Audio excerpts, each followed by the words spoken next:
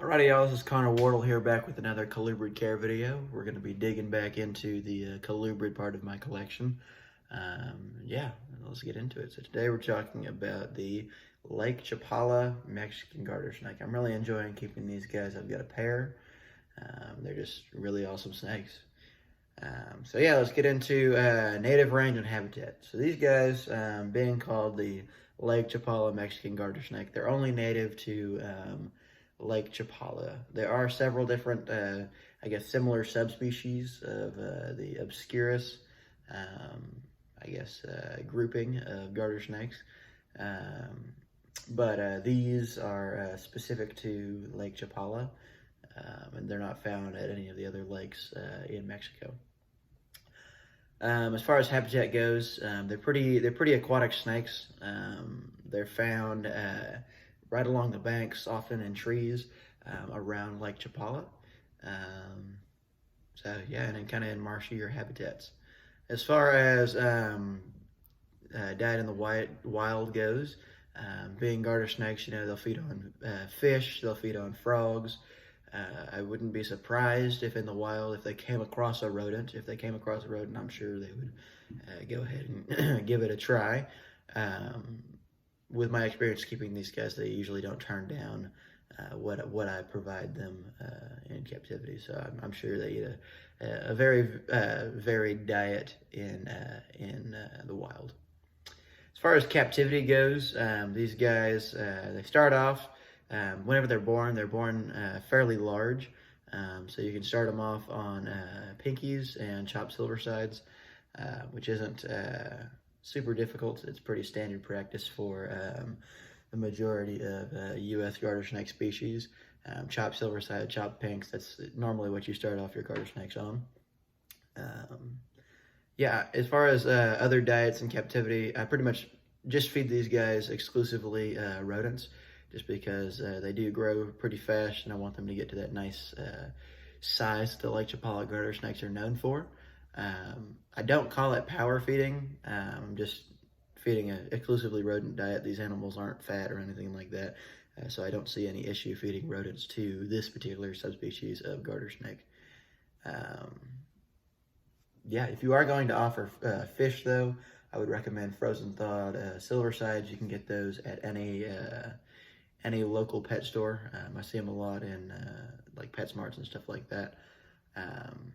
But yeah, I would never recommend feeding any live prey or worms to garter snakes, but well, especially I guess live fish. I wouldn't recommend feeding live fish or live earthworms, or any earthworms or worms for that matter, to any garter snake species, just because they can carry quite a bit of parasites, because oftentimes the pet stores you go and get your live fish from, they don't quarantine their fish quite as well, and it just kind of doesn't make for good things with the health of your animal. So yeah, pretty much I just exclusively feed these Lake Chapala garter snakes rodents for now. They do get quite large. This is one of the largest species of garter snakes in the world. So these Lake Chapala garter snakes, this female, I believe, will get 4.5, possibly 5 foot. I'm not sure if they do get 5 foot or not, as I'm only working with juveniles right now. The males usually top out around 3.5 feet, 3.5, 4 foot, and they get quite thick. Think of like a diamondback water snake or something. That's kind of their similar size there. As far as habitat requirements, it's nothing super crazy. Being an aquatic, living in an aquatic space, you may think it would be good to provide a kind of large wet area, kind of like a paludarium or something like that. But I would not recommend doing that for any of the garter snake species or any Nerodia species. We're not in Nerodia right now, but for the most part, for Nerodia and Thamnophis, you want to provide them a nice dry area. So I just use aspen bedding, and I provide an appropriately sized water bowl that is big enough for them to get into if they would like to kind of help with shedding and stuff like that. But I don't give them like a half land, half water type setup, just because I don't want them to sit in their water too long. I don't want them to develop any blisters or anything like that that can come of prolonged water exposure. Yeah, so that's habitat. As far as temperatures and humidity go, these guys have been fine just shedding out with ambient humidity here in Texas. Like I said, I do provide a decently sized water bowl for them to soak in if they need to. However, I haven't seen them soak in their water bowl and they shed just fine. It's full and complete sheds. I always check my snakes just to make sure there's no stuck shed, and there hasn't been, so there hasn't been any issues there. As far as temperatures go, keep these guys at 82 degrees and they're doing just fine. 82 degrees and just a heat pad with a thermostat attached to it. I do keep these guys in tanks opposed to racks, just because I like to have that extra ventilation for our garter snake species. I don't want them getting kind of just stagnant air in there and developing some type of RI or something like that. So yeah, screen top display tanks are best for these guys. And plus it's really cool to watch. Just Thamnophis are pretty active in general. So I really enjoy watching these guys kind of quarrel around their environment, get out there. I do provide UVB. It's not necessary. As far as I'm concerned, it's not necessary with snakes, but I do like to provide UVB just to have some type of basking light, because they will come out and bask on a branch or something like that in their enclosure. Yeah, so I guess we'll move on to just general notes about this species and stuff that's kind of cool. The way that we got to have these Lake Chapala garter snakes, or any of the Mexican garter snake species, in captivity is through a guy named Stephen Bull. He had a scientific herp collection permit. He's overseas in Europe. But he came to Mexico and collected quite a few different Mexican garter snake species and brought them back legally to do some research on them and just kind of learn more about their breeding behaviors and habits in captivity and all that. I would strongly recommend checking out his website if you haven't already, the StephenBullGarterSnakes.com. It's either .com or .org. But there's tons of good quality information there as far as what he does to care for his animals, what breeding processes they go through and all that. And just some really cool in situ field photos from his time in Mexico looking at these, or finding these animals. As far as breeding goes, there isn't a need for brumation with these guys.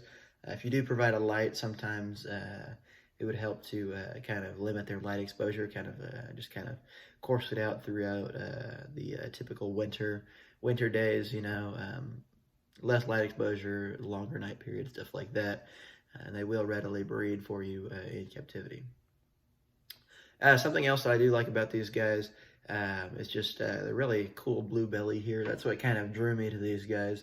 I saw these guys first whenever I was like 10 or 12 on some reptile magazine type thing. And I told myself that one day I would own a pair of these, and I would just love to give it a shot. So it's been a dream species for me. I've got no complaints. These guys are pretty easy to take care of. Not super difficult. They can be a little bit musky and nippy, but it's worth it for me just having these awesome display animals. And I really enjoy keeping these guys. As far as people keeping these in the U.S., where we're located, they have been, I guess, more recently more available through guys like Rob Shea. I believe Brett Dunn is working with these as well, as far as several other people. Those are just the two guys that come to mind with me whenever I think of garter snakes. They're good quality guys. They've got quality animals and produce some really awesome animals. I've really enjoyed buying animals, especially, I guess I've only bought garter snakes from Rob, but I've enjoyed buying animals from him and getting more information from him as far as captive care goes for these guys. It's awesome. But yeah, just along with, like what I was saying, that blue belly, I really like that white chin. It's kind of hard to see underneath my lighting here inside, but this is kind of what a dark blue animal would look like. And then here is that nice white tail. It's pretty neat right there. They've got some patterning up on top that kind of goes away as they age. They've got that nice line right there. And just a really awesome face that I just like looking at, the different different greens and blues in there. Pretty cool. It's not really focusing that well. I apologize for that. But yeah, they're just all around great animals. And I think they're going to be a great addition to my educational programs that I do, my educational reptile shows that I do. Just having something that's this blue and eventually going to be super big and handleable and all that, I think that's going to be something great that the kids will really enjoy seeing. But yeah, I really enjoy keeping these guys. They're super awesome snakes. And yeah, really no complaints with this species. I wouldn't recommend them as a beginner animal just because, well, I don't know. They could be a beginner animal, but typically your more entry-level garter snake species you're going to come across would be like your valley garter snakes, your checker garter snakes, eastern garter snakes, stuff like that. But I mean, their care is all pretty much, it's pretty similar. I mean, with your Mexican species, you want to have a little bit elevated temperatures for some of those species. But I mean, they're all pretty easy to take care of, and I would recommend them to anybody who is interested in them. So yeah, thank you guys for your time. I hope you guys enjoyed this video. Like I said, if there's any comments or concerns you have, or just anything that you want to say about this video, feel free to drop a comment, or you can reach out to me on my social medias. I'm on Instagram and Facebook. Just spell Connor Wardle the same way it is here on the channel. And yeah, I hope you guys enjoy this. I hope you guys enjoyed this video, and I'm looking forward to seeing you guys on Wednesday.